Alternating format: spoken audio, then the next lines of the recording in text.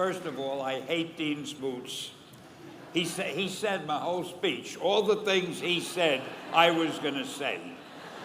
So I sit here before you, hopeless, worried. What can I possibly do to make... I didn't really mean that, Dean.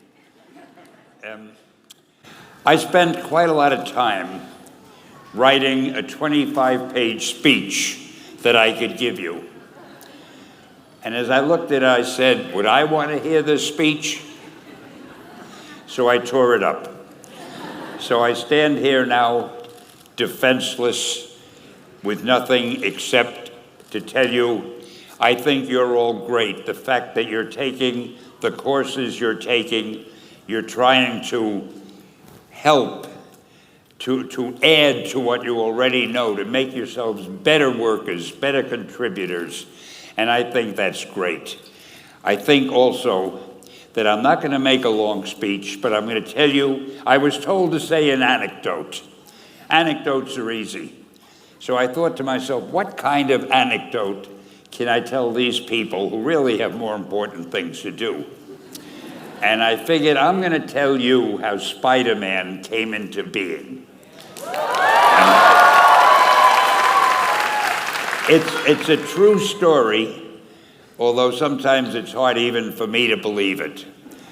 But we had already done the Fantastic Four and I think maybe the X-Men, I can't remember the order, but my publisher came to me and he said, Stan, I want you to come up with another superhero. So I said, okay, went home, and when my publisher said do something, I'd better do it because I wanted to keep my job. I thought, what can I come up with now? And the most important thing in a superhero at first is the superpower. Once you get that, everything else comes along. So I thought, what power will I give a new guy? And I saw a fly crawling on the wall. And I said, hey, if I could get a superhero that could stick to walls and crawl on them, man, that would be cool. And no, I'm lying to you. I don't think the word cool was in use then. I probably said it'll be groovy. I'll never lie to you.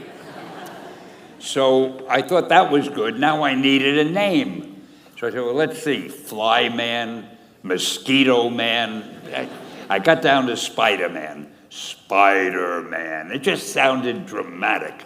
So, okay, I had my hero. I had his power, his name. And then I figured, just for fun, I'm going to give him personal problems.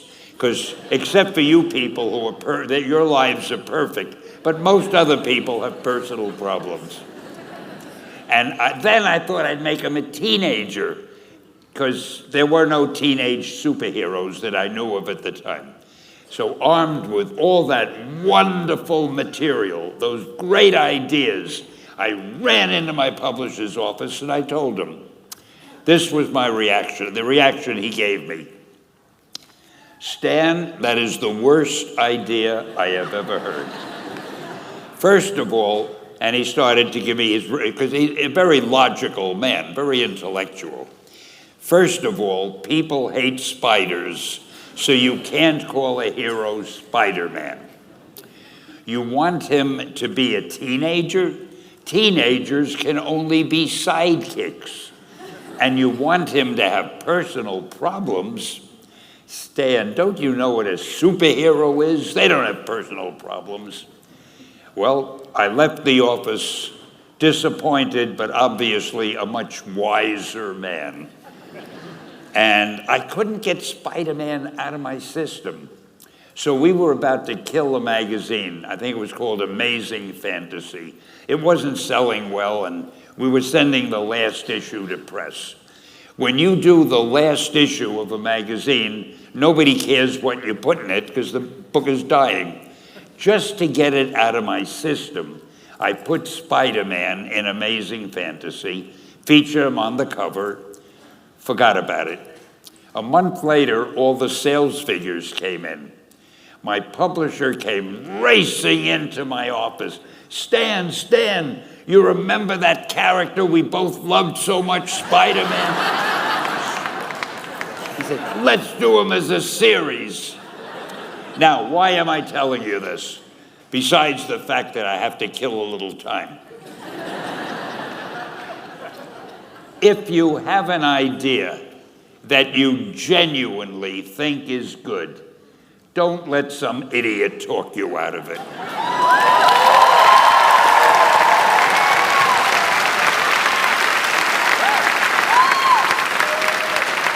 Now, that doesn't mean that every wild notion you come up with is going to be genius, but if there is something that you feel is good, something you want to do, something that means something to you, try to do it.